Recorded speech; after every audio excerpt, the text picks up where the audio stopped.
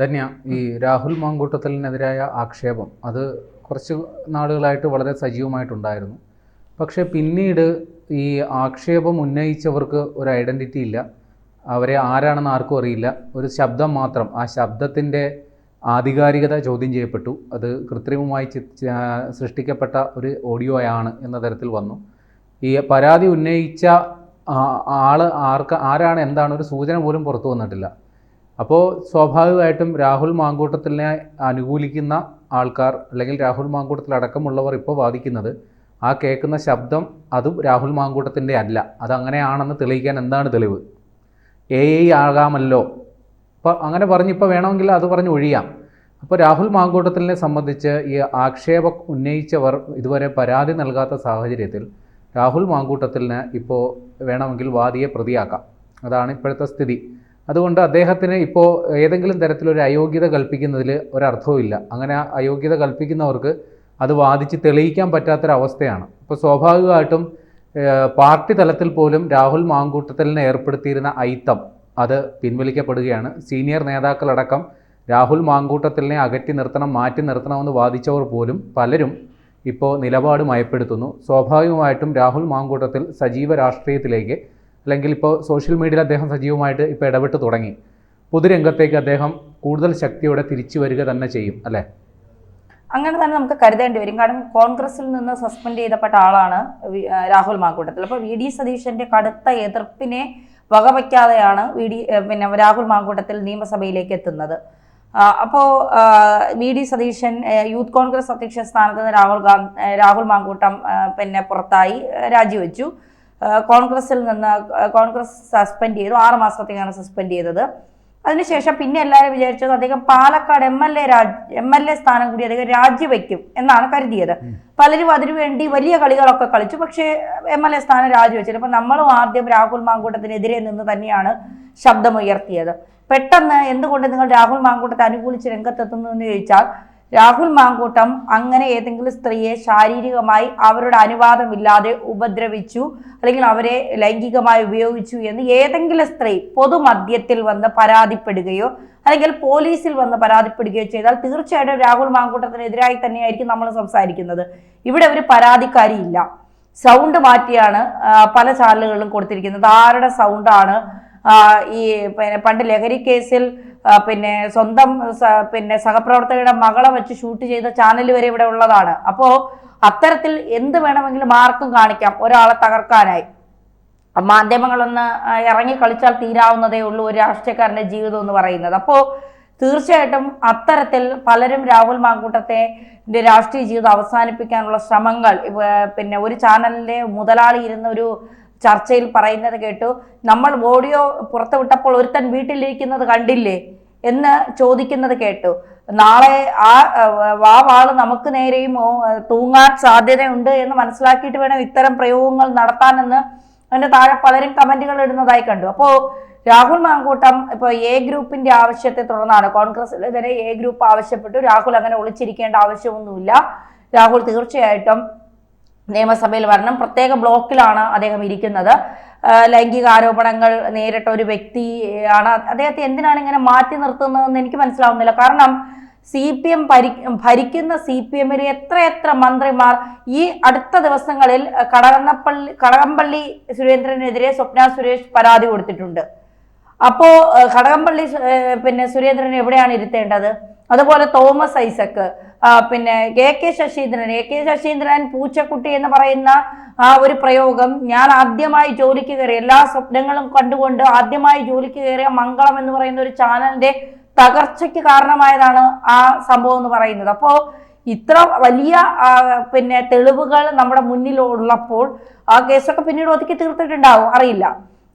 മുന്നിൽ തെളിവുള്ളപ്പോൾ അവരെ ഒന്നും ഒരു പ്രശ്നവുമില്ലാതെ നെഞ്ചു വിരിച്ച് ഒരു കുഴപ്പവുമില്ലാതെ ഇരിക്കുമ്പോൾ ഒരു പരാതി പോലും ഇല്ലാത്ത രാഹുൽ മാങ്കൂട്ടത്തിൽ പ്രത്യേക ബ്ലോക്കിലിരിക്കുന്നു. രാഹുൽ മാങ്കൂട്ടത്തിന് നേരെ ക്യാമറ കണ്ണുകൾ മുഴുവൻ അത് ഒപ്പിയെടുക്കാൻ, രാഹുലിന്റെ പലവിധ ചേഷ്ടകൾ ഒപ്പിയെടുക്കാൻ, രാഹുൽ ചൊറിയുന്നത്, ഇരിക്കുന്നത്, നിൽക്കുന്നത്, നടക്കുന്നത്, പോകുന്നത്, വരുന്നത്, ഇതൊക്കെ ഒപ്പിയെടുക്കാൻ കുറെ ചാനൽ കണ്ണുകൾ. ഇതൊക്കെ വലിയ സംഭവമായി. രാഹുൽ ഫസ്റ്റ് ഞങ്ങളാണ് കാണിക്കുന്നത്. രാഹുൽ നിയമസഭയിലെത്തി. രാഹുൽ നിയമസഭയിൽ എത്തേണ്ടതാണ്. കാരണം രാഹുൽ ഒരു ജനപ്രതിനിധിയാണ്, ജനങ്ങൾ തിരഞ്ഞെടുത്ത ഒരു നേതാവാണ്. അയാൾ ഒരു പെണ്ണുപിടിയനാണ്, പെണ്ണുങ്ങളെ ദുരുപയോഗം ചെയ്യുന്ന ആളാണ്, ഒക്കെ ശരിയാണ്. ഇതിനുള്ള തെളിവുകൾ എവിടെ? ഇതിനുള്ള പരാതികൾ എവിടെ? ഇതാണ് ചോദ്യം. വി ഡി സതീശന്റെ പിതൃശുല്യനാണ് വി ഡി സതീശൻ എന്ന് പറഞ്ഞുകൊണ്ട് രംഗത്തെത്തിയ റിനിയാൻ ജോർജിന് പോലും രാഹുൽ മാങ്കൂട്ടത്തിന്റെ കേസിൽ പരാതിയില്ല. പറയുന്നത് എനിക്ക് പരാതിയില്ല, ഞാൻ അയാളെ ഉപദേശിച്ച് നന്നാക്കാൻ ശ്രമിച്ചു.